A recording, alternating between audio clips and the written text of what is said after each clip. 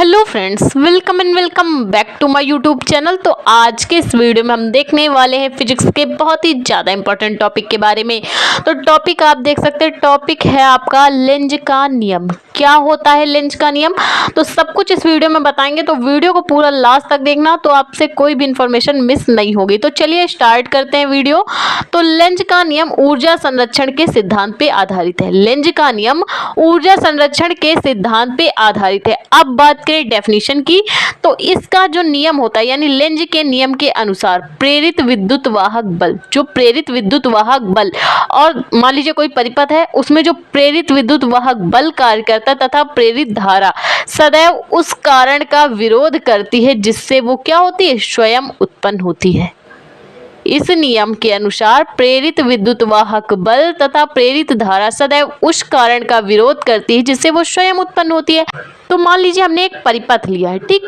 अब हम क्या करेंगे, ये मान लीजिए परिपथ का स्विच है। जैसे ही हमने स्विच ऑन किया तो परिपथ में क्या होगी, धारा बहेगी। अब जब धारा बहेगी तो कुछ ना कुछ बल लगेगा। अब बल कैसे लगेगा, तो जैसे मान लीजिए आपके घर में आपका स्विच बोर्ड है, पंखा हमें चलाना है, स्विच हमने ऑन किया तो तार में क्या हुआ, करंट फ्लो हुआ। जब तार में करंट फ्लो हुआ तो पंखे में कुछ ना कुछ बल लगा जिसके कारण पंखा घूमने लगा।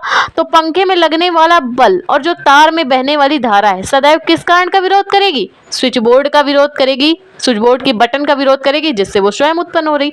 वही काम यहाँ पे हो रहा है। यहाँ पे जो बल लग रहा है और जो प्रेरित धारा उत्पन्न हो रही है सदैव इस स्विच यानी कुंजी का विरोध कर रही है जिससे वो स्वयं उत्पन्न हो रही। तो यहाँ पे हम मान लीजिए कोई पेन ले लें, तो हम क्या कर रहे हैं, अभी इसमें इलेक्ट्रॉन कैसे हैं, सोए हुए हैं, कोई बल नहीं लग रहा, कुछ नहीं हो रहा। तो अब इसको हम मान लीजिए धक्का लगाएं। अब हमने इसमें धक्का लगाया यानी ये कैसे हो गए, इलेक्ट्रॉन चलायमान हो गए। इलेक्ट्रॉन चलायमान हो गए तो इसमें भाई इलेक्ट्रॉन चलायमान हुए किस कारण, इसमें कुछ ना कुछ आवेश आया होगा तब तो इलेक्ट्रॉन चलायमान हुए, और बल इसमें भी कुछ ना कुछ बल उत्पन्न हुआ। तो सदैव किस कारण का विरोध, धक्के का विरोध करेंगे, ठीक। तो ये है लेंज का नियम। तो प्रयोग द्वारा समझते हैं इसको। तो वही काम इसमें भी है। तो हम यहाँ पे क्या करते हैं, हमने लिया एक दंड चुंबक। दंड चुंबक, तो आप जानते हैं कि कोई भी दंड चुंबक होती है या चुंबकीय छड़ होती है, उसमें जो बल रेखाएं निकलती हैं वो कैसे निकलती हैं, नॉर्थ से साउथ की दिशा में निकलती हैं, ठीक। ये हम सिद्धांत के द्वारा समझेंगे लेंज के नियम का, कि सदैव उस कारण का विरोध कैसे करती हैं। तो हमने क्या किया, एक दंड चुंबक लिया या क्षण चुंबक ली है जिसपे नॉर्थ और साउथ दो ध्रुव हैं। तो आप जानते हैं जो बल रेखाएं निकलती हैं सदैव नॉर्थ से साउथ होकर निकलती हैं। तो यहाँ पे हमने क्या किया, चुंबक का एक सिरा लिया यानी नॉर्थ वाला सिरा लिया है, ठीक। कौन सा सिरा लिया, नॉर्थ वाला सिरा लिया।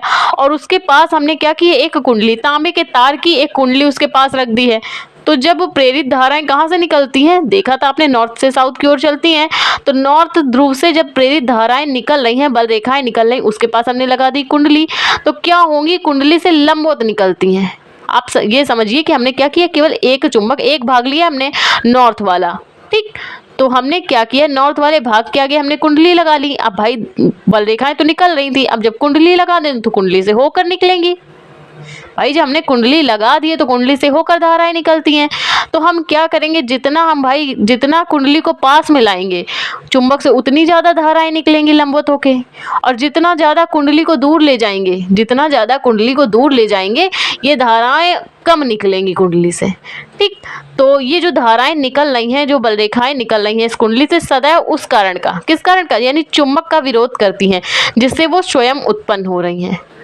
इस कुंडली से जो प्रेरित धाराएं निकल रही हैं, जब चुंबक कुंडली को हम खिसका के देख रहे हैं, ज़्यादा दूर ले गए तो कम धाराएं निकलती हैं, ज़्यादा पास में लेके आए तो ज़्यादा धाराएं निकलती हैं। तो ये जो इसमें धाराएं निकल रही हैं, बल रेखाएं निकल रही हैं, वो सदैव किस कारण का विरोध करती हैं, यानी चुंबक का विरोध करती हैं जिससे वो क्या हो रही, स्वयं उत्पन्न हो रही। अब इस कुंडली को हम उठा के अगर इस साइड भी ले आए तो भी जो धाराएं निकलेंगी वो थोड़ा उनकी दिशा विपरीत हो जाएगी। उनकी दिशा कैसी हो जाएगी, विपरीत हो जाएगी। तो सीधा से आप कह सकते हैं लेंज का नियम सदैव उस कारण का विरोध करता है जिससे वो स्वयं उत्पन्न होता है। तो आई होप आपको लेंज का नियम समझ में आया तो प्लीज वीडियो को लाइक और हमारे चैनल को सब्सक्राइब करें।